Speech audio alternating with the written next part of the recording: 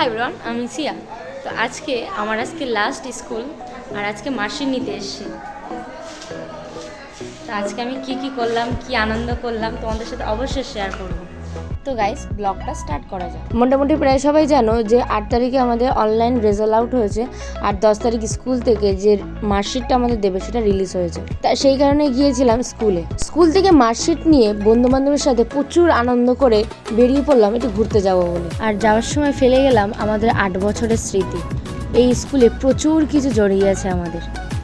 আর এই যে দেখতে পাচ্ছ, ইনি হচ্ছে নগেন্দ্র কুমার বসু। আর যে গাছে দেখতে পাচ্ছ বকুল গাছ, সেই গাছের তলায় আমরা বসে বসে প্রচুর আড্ডা মেরেছি। তারপরে রাস্তায় বেরিয়ে একটা বান্ধবীর সাথে আমার দেখা হয়ে গেছিলো, তাই ওর ড্রেসে কুত্তা টুত্তা লিখে দিচ্ছি।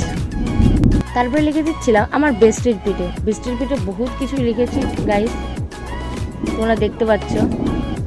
স্কুলটাকে দেখে সেই মুহূর্তে মনে হয়েছিল যে স্কুলটা আর আমাদের অধিকার নেই। তো স্কুল থেকে বেরিয়ে গ্যারেজে এসে দেখি যে সাইকেলটা বন্ধুদের মধ্যে কে ফেলে দিয়েছে। অন্যদিন খুব চেঁচামেচি করতাম, তো আজকে আর কিচ্ছু বলিনি বা কিছু চেঁচামেচি করিনি। এইটা করেছে বলে আমার আরও মন খারাপ হয়ে গেল। তো তারপরে গ্যারেজ থেকে সাইকেল নিয়ে চলে গিয়েছিলাম পোস্ট অফিসে একটা দরকার ছিল। পোস্ট অফিস থেকে বেরিয়ে দুটো বান্ধবী চলে গেল বাড়ির দিকে, আর ওদেরকে টাটা করে আমি আর আমার বান্ধবী মানে আমার বেস্টি বেরিয়ে পড়লাম একটু ঘুরু করবো বলে। তো আমরা বেরিয়ে একটা ফ্যানটা কিনেছিলাম, দুজনে মিলে ভাগ করে সেটা খাচ্ছিলাম। আর হ্যাঁ, তোমরা ফ্যানটা খেতে কারা কারা ভালোবাসো অবশ্যই কমেন্ট বক্সে জানিও। আমরা দুজনে ফ্যানটা খেয়ে বাড়ির দিকে রওনা দিলাম। আমরা তাহলে বাড়ির দিকে যাই। আর এরকম ব্লগ করার জন্য অবশ্যই চ্যানেলটিকে সাবস্ক্রাইব করো এবং লাইক করো। ততক্ষণের জন্য টাটা।